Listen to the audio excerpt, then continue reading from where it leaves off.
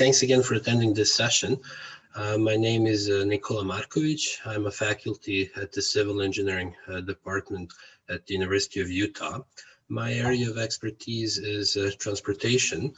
So in this presentation, I hope to give you a flavor for the field of transportation and hopefully encourage some of you to pursue a degree in engineering. Okay, so let's start by very briefly and quickly explaining what is transportation engineering. So in a nutshell, I would say that transportation engineering is all about improving transportation systems.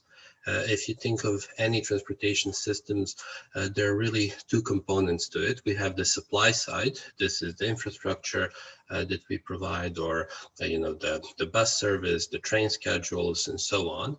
And then we have the demand side. So you can think of it as the number of cars driving on our streets or the pedestrian flows and so on. That said, there are two ways in which we can improve transportation systems. First one is by better understanding transportation demand. And the second one is by improving the supply side of things. Sorry, let me admit more people. This is exactly how we will proceed in today's presentation. At the beginning, we'll talk about using various data sets to better understand the demand side of things. And then in the second part, we'll talk about optimization of transportation service with the idea of reducing the cost of providing the transportation service. Okay, so let's start with the demand side of things. Here we will be using GPS data in order to better understand transportation demand. And I actually want to start here with the question. If you can please mute yourself. So we've all used GPS devices in the past to navigate our way from A to B. So we all used Google Maps, OSM, MapQuest, and others, and presumably we never paid for this service. Why do you guys think this is the case? Why do you think that we were able to use this service for free? I'll give you a few seconds to think about it. If you can drop me a line on chat box or feel free to speak up. Why do you think that we're able to use navigation service for free? Anyone? Feel free to speak up as well. So it's not a big audience. Let me see the chat box. Exactly. So here's the right answer. So basically, the reason we're able to use this navigation service for free is because the service provider record information about our trip every step of the way. Once they collect enough data, they anonymize it, of course, and then they sell it to whoever is interested in analyzing it. Here you can see a sample trip, a vehicle that started at a given location. Then we have its recorded location every 30 seconds or so, all the way up to the very destination of this trip. And this is, of course, just an example trip. When government agencies and transportation agencies purchase this type of data that all of us are generating, they purchase millions, tens of millions, even billions of trips for the entire country, and then they use it to support different types of analysis that we will talk about in a second. So this is just one trip. On the next slide, you see what these trips look like for one day in the city of Baltimore. So here, this company that is selling the data called INRIX, they're one of the biggest data providers. They have recorded about 70 to 80,000 trips for the city of Baltimore for only one day. Here, by the way, is the downtown area where the port is. And then you have the beltway around the city.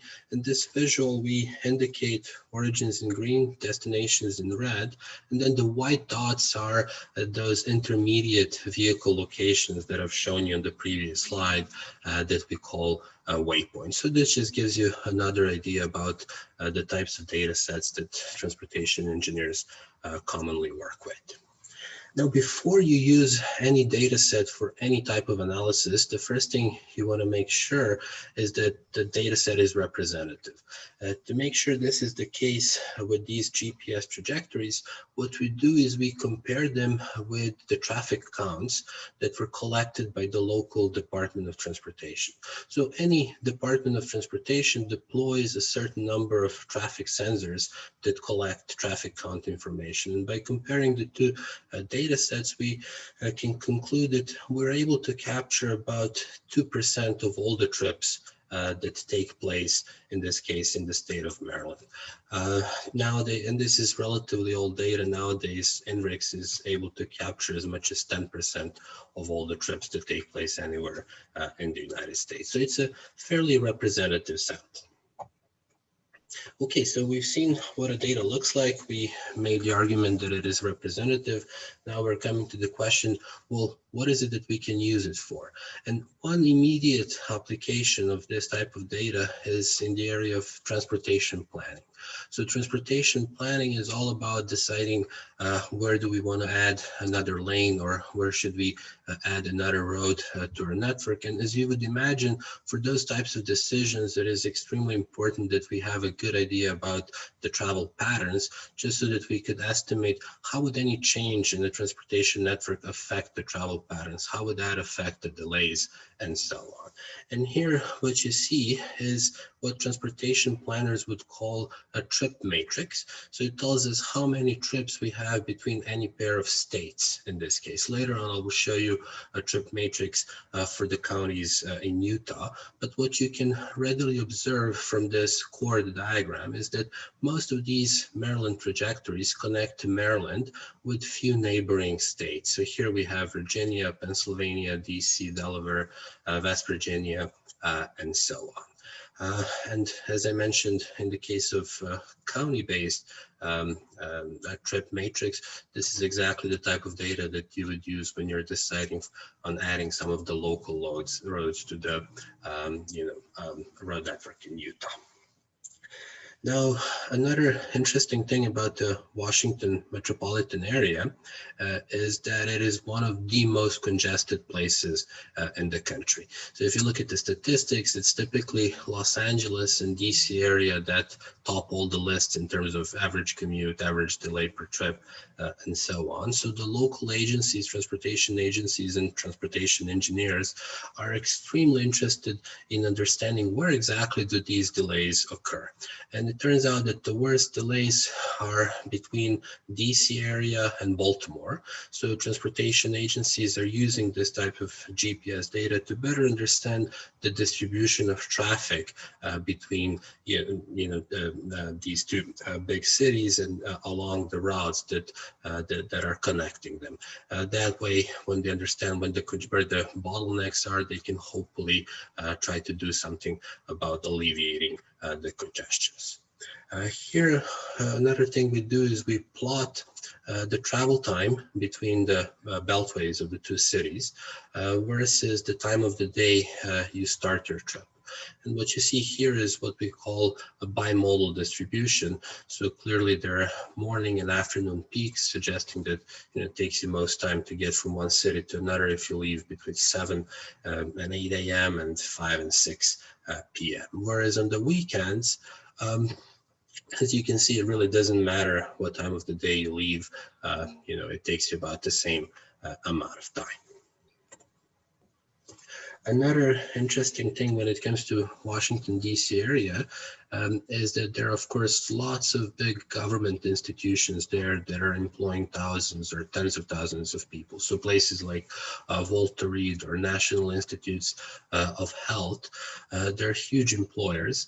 So the local transportation agencies are interested in understanding the travel experience, the commuting experience of people working at some of these major hubs, major centers. So what we did here was we looked at how far are people able to travel in 10 minutes, in 20 minutes, 30 minutes, 40 minutes. And the reason, by the way, this visual is bouncing back and forth is because we're comparing peak period with the off-peak period. So this kind of tells us, tells us something about the commuting experience of people working there. How's that affecting their quality of life and so on. There were also quite a few attempts to use GPS data to redesign transit systems. Here you see a visual explanation of it. So what you can do when you have a ton of those GPS trajectories is you can cluster them to obtain groups of trips with similar origins and destinations. And once you do that, you can overlay them on top of the existing transit network. If this transit network is able to facilitate most of these trips, that's great. Otherwise, you can consider redesigning some of the bus routes, changing schedules so that you can facilitate additional trips.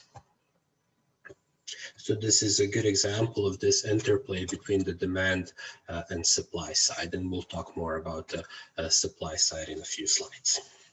Okay, so transportation sector is also one of the biggest contributors to greenhouse gas emissions. I think it's about 30% is the share of transportation sector. It is, of course, the EPA that is in charge of collecting all the emissions data across the country. But of course, there are only so many sensors that they can possibly deploy. So you can't obtain your measurements at every single road link. That would be too expensive, to purchase sensors, to deploy them, to maintain them, and so on. So what we did as part of this project is we compared the two types of emissions that EPA is measuring at this particular location and the counts, traffic counts that we were able to obtain from the GPS data. And the idea here is that once you learn this input-output relationship, then you can use the train model to estimate emission throughout the state or throughout the country. So you get pretty good estimates even at locations where you don't have enough money to deploy these sensors that EPA is in charge of. And this similar idea also applies to the problem of estimating traffic volumes. So as we mentioned before, departments of transportation are deploying different types of sensors to collect traffic information, but there are only so many sensors that they can possibly deploy. So here in Maryland, we may have about a couple of hundred sensors. But the question is, how do we obtain information about traffic volumes at those other road links where we don't have traffic sensors? And the idea here is to apply machine learning to try to learn the relation between traffic volumes that are available to us at the locations where we have traffic sensors and a number of influencing factors that you see here on the left-hand side, most of all, GPS data. And the idea is that once you learn this input-output relationship, then you can apply your model to estimate traffic volumes throughout the state of Maryland in this case. And we were able to do this with a very high accuracy. And it's a pretty neat example of applications of models that originally stem from computer science in the area of transportation engineering. And here you can see application of a similar model where we're estimating traffic volumes throughout the state of Florida. So it's about 20,000 road lengths when you focus on the major roads. And then here you can, of course, see how the color code changes, for the peak periods as opposed to those times at the middle of the night. Okay, so let me share with you another slide.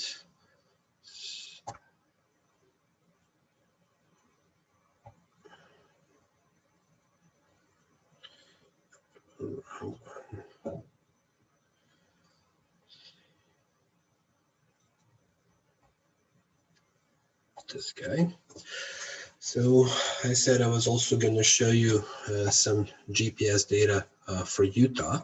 And here you can see what this data looks like for a couple of hours for the Salt Lake City region, for the valley, pretty much. So this is a newer data set. So here we're able to capture about 3% of all the trips that take place in Utah. And one thing you can readily, imagine as you're looking at this slide. So suppose that, we were interested in adding a lane somewhere here, or maybe adding another road, and we wanted to estimate the benefit cost of doing that, which we can of course do by using simulation.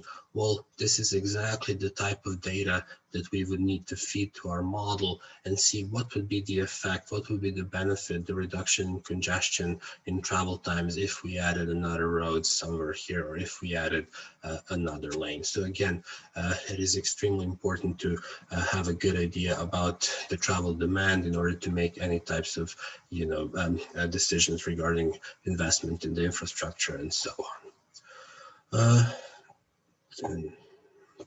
And then here you can see county-based trip matrix for Utah. So here we're mapping origins and destinations of all the trips to counties, and here we're visualizing some 2 million trips. So you can see exactly, for instance, for Davis County, if you click on it, what is the distribution of trips that are associated with Davis County. Here you also have the count for it, or in the case of the Weber County, Salt Lake City County, and so on. So for the analysis of various mobility data sets, one thing that transportation engineers do quite a lot is develop different visual analytics tools to allow transportation agencies to leverage these massive data sets. So we're, again, using a lot of tools and techniques that originate from the area of computer science, statistics, and so on. It's a very diverse field. Then another animation that relates to Utah. Here you can see the traffic densities that we're visualizing using a heat map. And then clearly you see that most of the traffic, most of those waypoints are, of course, located along the major interstates, as we would naturally expect. And if you were interested in, say, analyzing trips that originate or end in Salt Lake City, this is a neat way to do it. So here we are visualizing trips that are originating in Salt Lake and going to other places. We're of course ranking them based on the largest destination. So we have most trips going to West Valley City, and of course it changes for different hours of the day. Down here we see trips whose destination is within the Salt Lake City. And then again, of course, we're visualizing these origins and destinations for different hours of the day, different days of the week.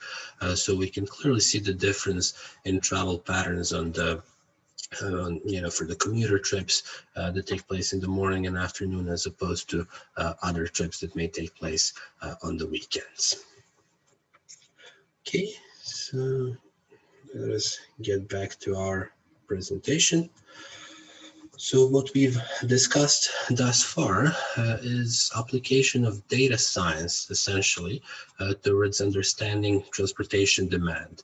And we talked about different ways to extract value from data. We also touched on some models that originate from computer science, from statistics, to make predictions, to come up with estimates that transportation agencies would be able to use. What we're going to talk about in the remaining 10 minutes of this presentation is improvement of the supply side of things. So we'll talk about applying advanced optimization algorithms to improve transportation service. Now, when it comes to supply side, where transportation engineers are oftentimes in the position either to design a transportation system while using the least amount of money, or to operate an existing system while spending the least amount of money. And here you can see an example that again relates to Utah. So suppose that we are a big distributor of consumer goods, for instance, Procter & Gamble. Suppose we're interested in entering the Utah market.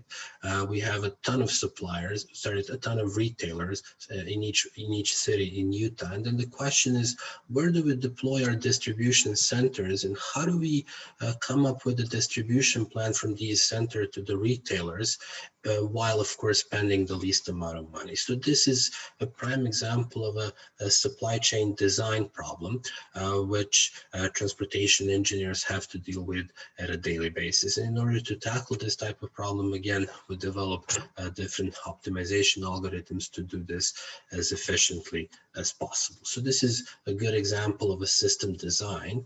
Now, suppose here that we have an existing transportation system. It could be, for instance, a pipeline. So suppose that these green dots are the locations where we may have natural gas or oil or any other type of fluid, and then we have demand in these locations where that we indicated in red. The question is, how do we design a distribution plan through our pipelines such that we meet the demand but at the minimum cost? And this is again a good example of an optimization problem that transportation engineers would commonly deal with, and then develop algorithms and other tools in order to come up with the most efficient distribution plans.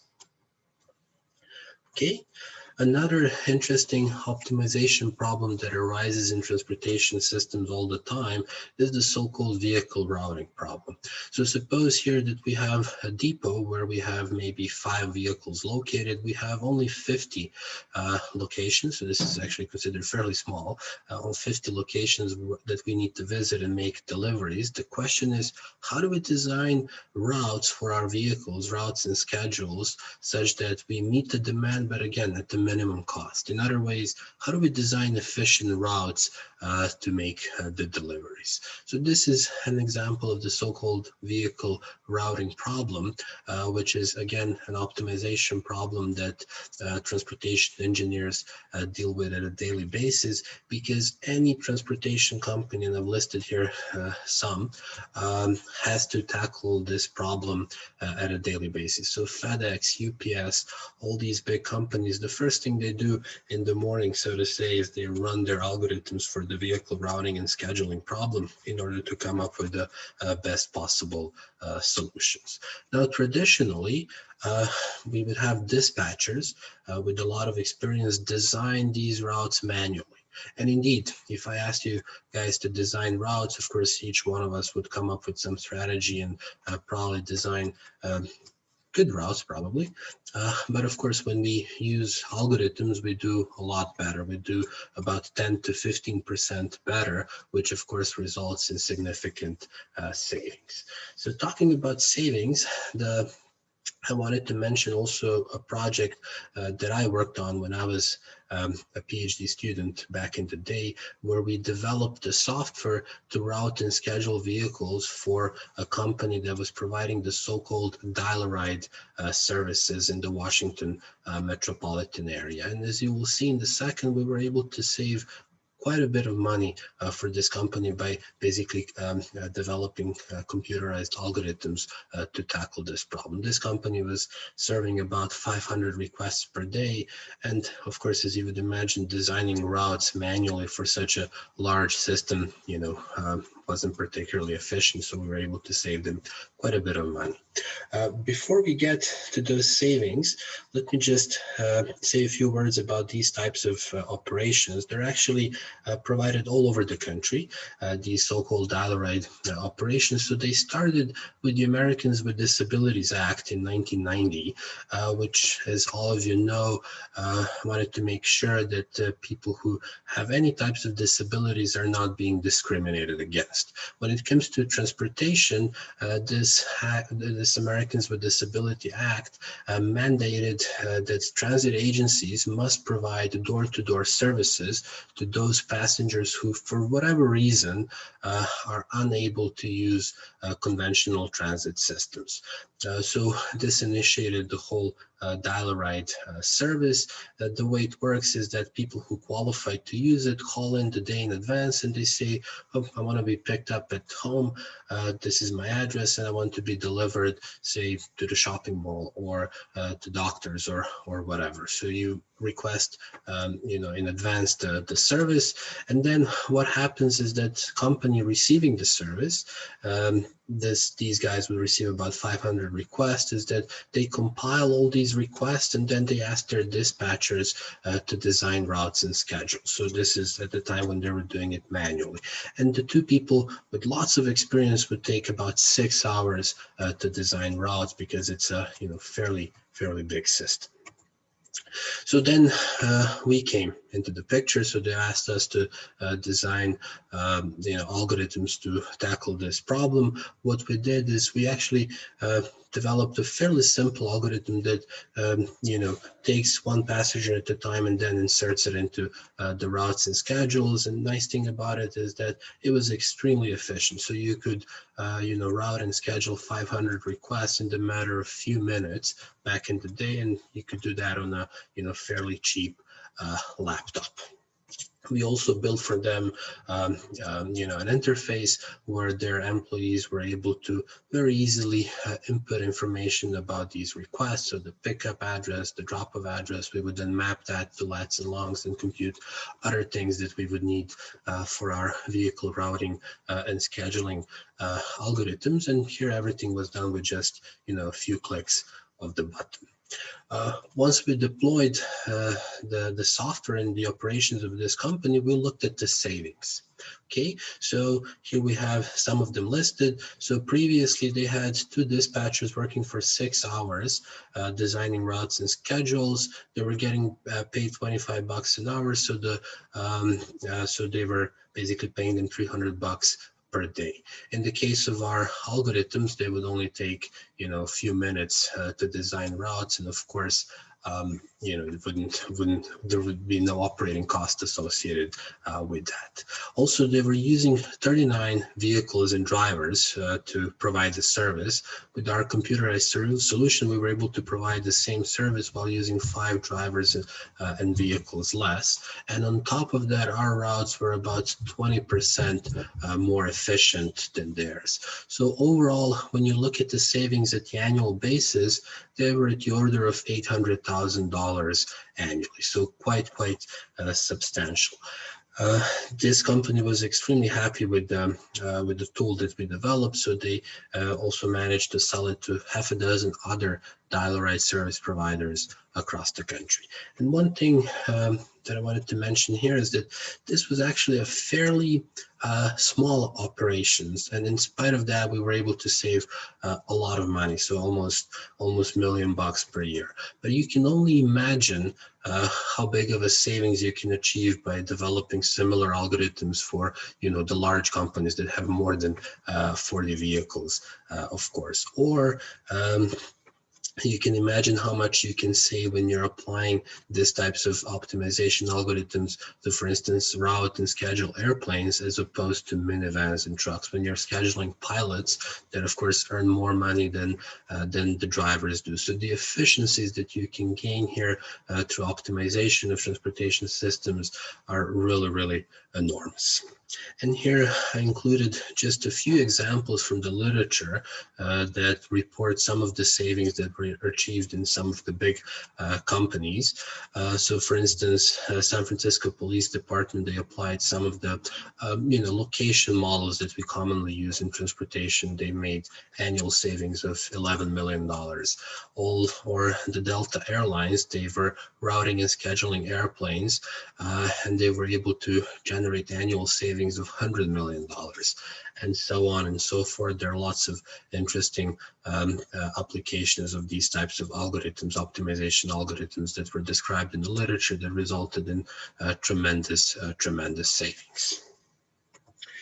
Good, so I hope this gave you some flavor for the field of transportation. We discussed both the demand and the supply side of things and how we can improve transportation systems. If you have any questions, please feel free to email me. I'll be more than happy to answer any questions if you're undecided about the field that you want to pursue your degree in.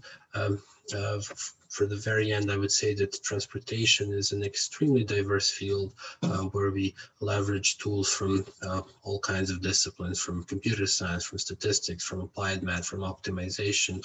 So I'm sure that if you have the thing for engineering, that you will find quite a few interesting aspects to transportation systems.